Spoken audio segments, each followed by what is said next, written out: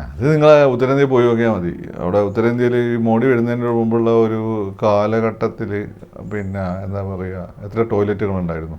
നിങ്ങൾ ബേസിക് ആയിട്ടുള്ള കാര്യങ്ങൾ മോഡി അഡ്രസ്സ് ചെയ്യാൻ ശ്രമിച്ചു എന്നുള്ളതാണ്. ടോയ്ലറ്റ് നിങ്ങൾക്ക് ഇവിടെ മനസ്സിലാവില്ല. ഞാൻ മുമ്പ് വന്നിട്ടുണ്ട്, ഇവിടെ വീട്ടിൽ 4 ടോയ്ലറ്റുള്ള ആളുകൾ, അവിടെ ടോയ്ലറ്റ് ഇല്ല. അപ്പോൾ അവിടെ സ്ത്രീകൾക്കെല്ലാം തന്നെ ഈ പറയുന്ന പോലെ ഈ എന്താ യൂറിനറി ഇൻഫെക്ഷൻ വളരെ കൂടുതലായി. അതിൻ്റെ കാരണം എന്ന് വെച്ചാൽ ഇവർക്ക് ഗ്രാമങ്ങൾ ഒരുമിച്ച് പോയ വീടുകൾ ഒരുമിച്ചുണ്ടാവും. അപ്പോൾ അവർക്ക് പ്രോപ്പർ ടോയ്ലറ്റ് സൗകര്യങ്ങളില്ല. അതുകൊണ്ട് മൂത്രമൊഴിക്കാതെ നിൽക്കും അവർ.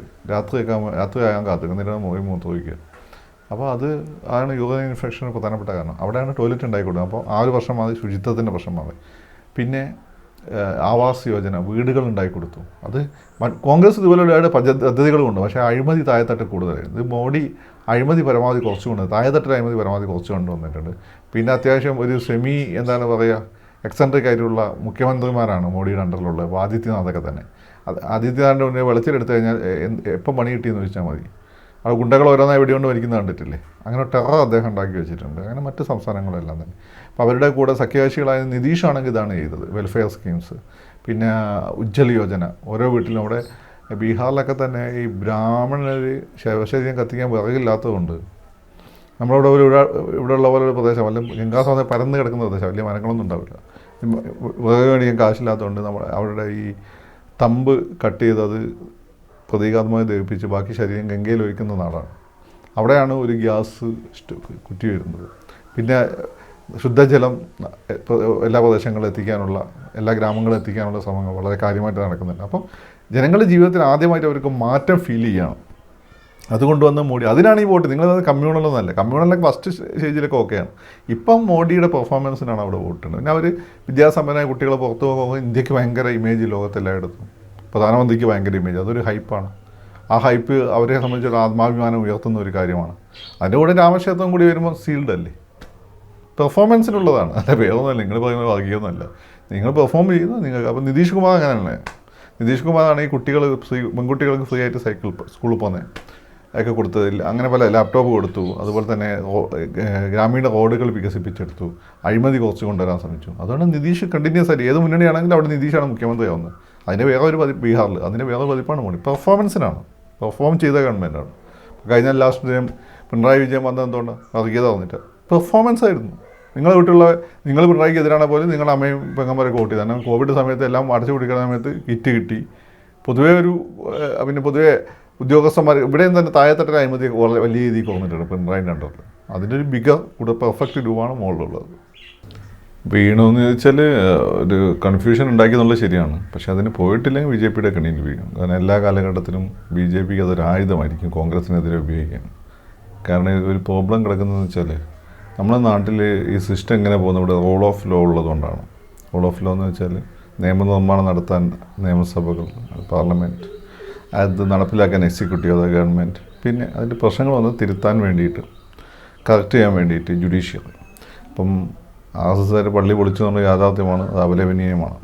പക്ഷേ അവിടെ അന്നെല്ലാം നമ്മൾ പറഞ്ഞ കോടതി വിധി എന്താണോ അത് അംഗീകരിക്കാമെന്ന് എല്ലാവരും പറഞ്ഞു. ഇതിപ്പം കോടതി വിധിയുടെ അടിസ്ഥാനത്തിലാണ് ഒരു ക്ഷേത്രം നിർമ്മിക്കപ്പെട്ടിട്ടുള്ളത്. ട്രസ്റ്റാണ് നിർമ്മിക്കുന്നത്. അപ്പം നമ്മുടെ ഈ റൂൾ ഓഫ് ലോ നമ്മൾ ബഹുമാനിക്കണം. അതുകൊണ്ടാണല്ലോ ഈ സിസ്റ്റം അങ്ങനെ നിന്ന് പോകുന്നതും ഇവിടെയുള്ള എല്ലാവർക്കും സംരക്ഷണം കിട്ടുകയൊക്കെ ചെയ്യുന്നത്. അപ്പം എന്നിട്ട് നമ്മൾ ഈ ക്ഷേത്രത്തിൻ്റെ ഒരു എന്താ പറയുക, അൺവെയറിങ് സെറിമണി, എന്താ പേരാണ് കൃത്യമായിട്ട് പറയുന്നത്. അപ്പോൾ അതിന് കോൺഗ്രസിൻ്റെ പ്രതിനിധികൾ വിളിച്ചിട്ട് അവർ പോയിട്ടില്ലെങ്കിൽ ഉത്തരേന്ത്യയിൽ അത് ഒരു വലിയ തിരിച്ചടിയാവും. കാരണം ഉത്തരേന്ത്യയിലെ മഹാഭൂരിപക്ഷം കോൺഗ്രസ്സുകാരും ഈ പറയുന്ന രാമഭക്തരായ ഹിന്ദുക്കളാണ്. അല്ലാതെ ഒരു യുക്തിവാദികളൊന്നല്ലേ, പേരിനും യുക്തിവാദിയല്ല, ശരിക്കും വിശ്വാസികളാണ്. പിന്നെ ഇന്ത്യയിലെ ഏറ്റവും വലിയ രണ്ടാമത്തെ പാർട്ടിയാണ് കോൺഗ്രസ്. ഏറ്റവും മോശമായ സാഹചര്യത്തിൽ പോലും 19% വോട്ടുണ്ട്. അടുത്ത് നടന്ന ഉത്തരേന്ത്യ നടന്ന നിയമസഭാ ഇലക്ഷനുകളിൽ വളരെ ചെറിയ മാർജിനിലാണ് അവർ പരാജയപ്പെട്ടിട്ടുള്ളത്. ദാറ്റ് മീൻസ് ഉത്തരേന്ത്യയിലെ ഫോർമഡബിൾ ഫോഴ്സാണ് അവർ. എന്നും അവർക്ക് റീബൗണ്ട് ചെയ്യാൻ പറ്റും ഒരു അനുകൂലമായ സാഹചര്യം വന്നാൽ. രാഷ്ട്രീയത്തിൽ നമുക്ക് ഇനി എല്ലാ കാലം മോഡി വരണമെന്നും പറയാൻ പറ്റില്ല.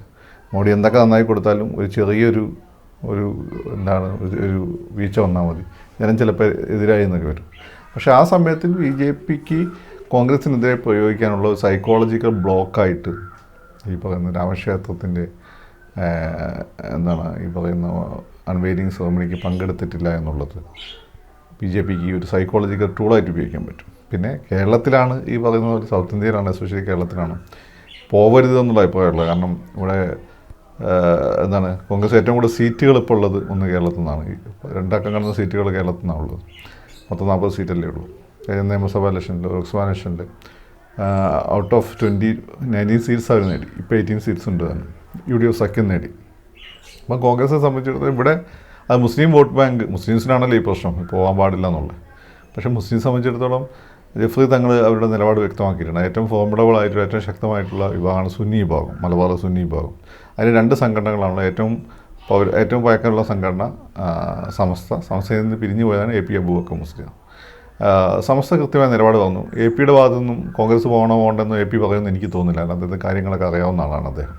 അപ്പോൾ അതുകൊണ്ട് ഈ കോൺഗ്രസിനെതിരായി പുറത്തെ BJP അതുപോലെ തന്നെ മറ്റ് അതാത് പ്രദേശത്തുള്ള രാഷ്ട്രീയ പാർട്ടികളും കോൺഗ്രസിനെ വെട്ടിലാക്കാൻ ശ്രമിക്കുന്നുണ്ടെങ്കിൽ പോലും കോൺഗ്രസ് വെട്ടിപ്പോയി ചാടേണ്ട ആവശ്യമില്ല. അവർക്കൊന്ന് ധീരമായ നിലപാടെടുത്ത് പോയി കഴിഞ്ഞാൽ ആളുകൾക്ക് മനസ്സിലാവും എന്താണ് നിയമവാഴ്ച, എന്തുകൊണ്ടാണ് ന്യൂനപക്ഷങ്ങൾക്ക് ഇവിടെ നിൽക്കാൻ പറ്റുന്നതെന്ന്. മറ്റേ ഇന്ത്യയിൽ ആർക്കും മനസ്സിലാക്കാൻ പറ്റിയില്ല, കേരളത്തിലെ മുസ്ലിങ്ങൾക്ക് അറിയാം. അത് നിയമവാഴ്ചയാണ്. എന്താണ് ബാബറി മസ്ജിദ് പ്രശ്നം ഉണ്ടായ സമയത്ത് പറഞ്ഞത്, കോടതി എന്ത് പറയുന്നത് അനുസരിക്കുക എന്നുള്ളതാണ്. അപ്പോൾ അത് കോൺഗ്രസിനെതിരൊന്നല്ല. കോൺഗ്രസിൻ്റെ ഈ ഒരു അവസ്ഥ, ഇന്ത്യയുടെ ഇന്നത്തെ ഒരു കണ്ടീഷൻ, അത് മുസ്ലിങ്ങൾക്ക് മനസ്സിലാകും. കോൺഗ്രസ് ധൈര്യമായിട്ട് അത് പോയി പങ്കെടുത്ത് ചായ കുടിച്ച് വരുന്നതായിരിക്കും നല്ലത്.